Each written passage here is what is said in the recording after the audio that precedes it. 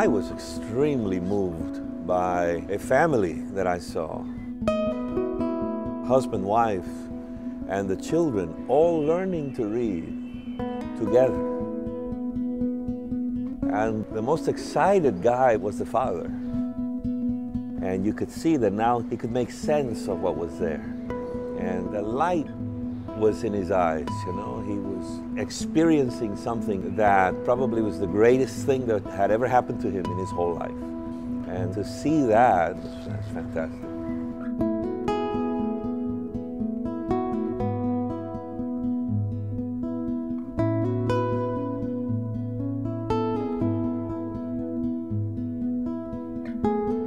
I'm amazed at how dedicated some of these people are to get to class.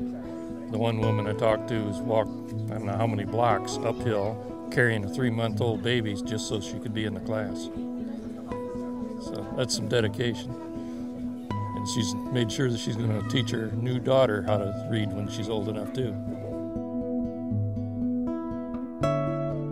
We asked them why were they there, how did they find out about it, and they said that this teacher came to their houses, went door to door, asking people that they want to know how to read and encouraged them to come out, and that's why they were there. One particular student that was in the class, she said, I just came, and she had tears in her eyes because I wanted to know how to write my name. The teachers were awesome. They showed such exuberance with the work that they were doing with their students.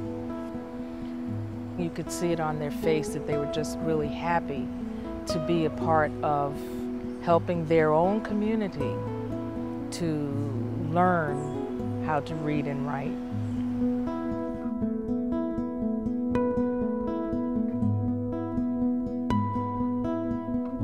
There are a lot of people here who have little hope. Their lives are full of chaos and darkness and despair, and they have no way to break that cycle. But the literacy program provides them the tools to break that cycle, and so that they can have the kind of hope and the kind of opportunity to find the good jobs and to read the Word of God and to grow and to learn and just develop a healthy attitude full of joy.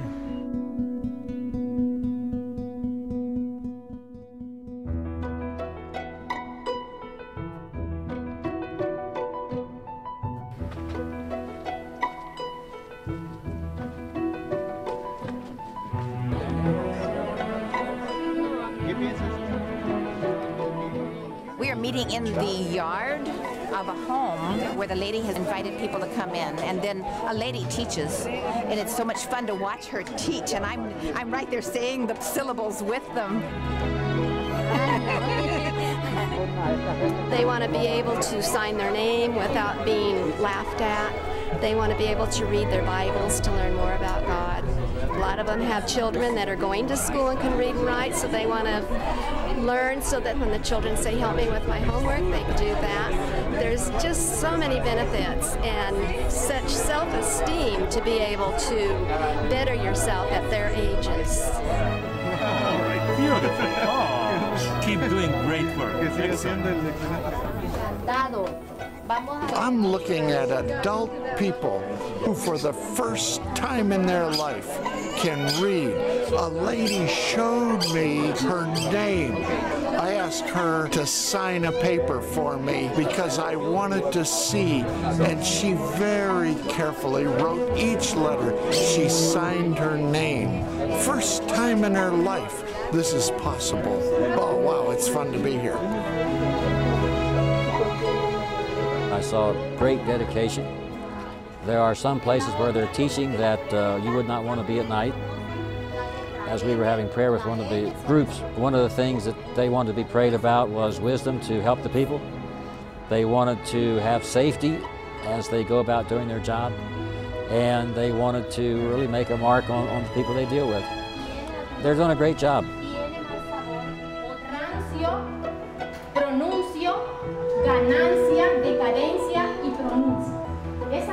This is an amazing school. unlike the others, this one is actually being held right here in the church. It's an amazing ministry, and because of the excitement, the community around the church is excited as well, because they're telling others about what is happening here at the church. They see God as the focus, they see Him as the blessing. It's incredible. The students are motivated because they realize that they can be such a huge help to themselves, to their families, to their community, and even their church. They've also discovered that once they begin to learn, it opens up an entire new world for them.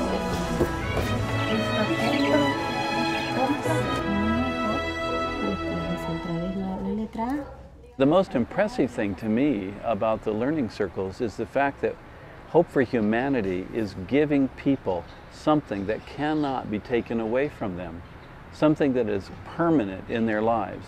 And you know, oftentimes we give people help or we give people aid of one sort or another, but imagine something that continues on in their life that can never be taken away from them and that is self-perpetuating.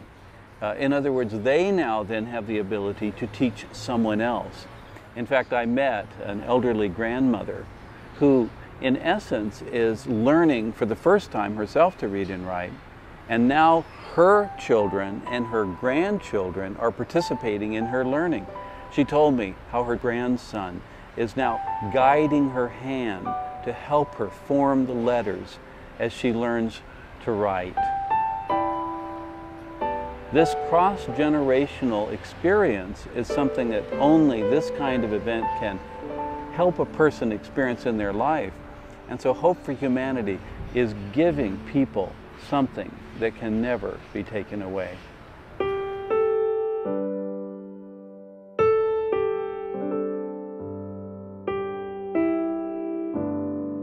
After each circle, when it was time to go, we initiated a prayer of blessing upon that particular circle. I could feel the Spirit of God there. I could feel the acceptance of the power of God from the teachers and the students. As we watched those blessings and we observed the people, I began to realize that I was experiencing firsthand how God works in people's lives. This wasn't just school. This was an opportunity for a better life. One of the older men, he wasn't an Adventist member, he was one from the community. And he had decided to learn to read so he could study his Bible. And during that blessing, you could see him wiping his cheeks. And I soon joined him. It was a very, very moving moment.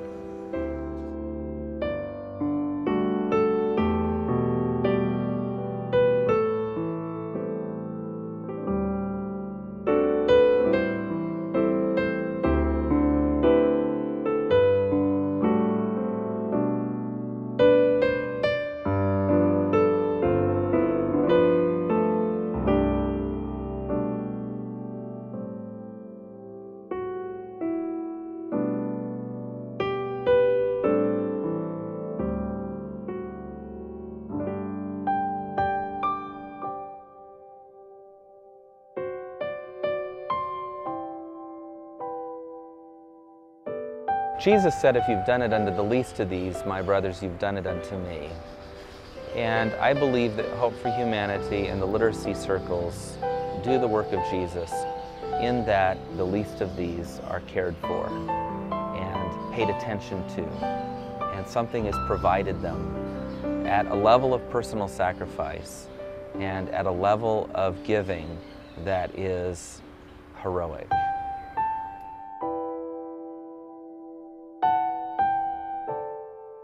We're changing lives. People that I saw over the last 2 days are desperate to learn. We are making it possible for these people to learn and thereby to have a whole different life.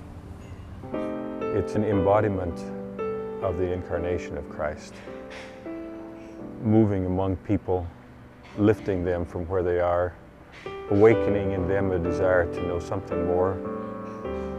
Jesus did as much interaction as he did preaching, and this reflects that.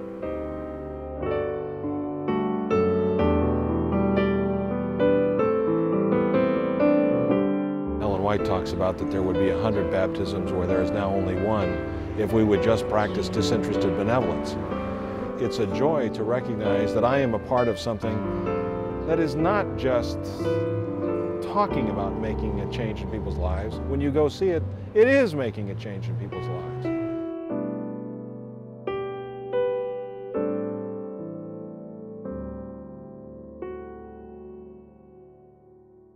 I saw Jesus this week.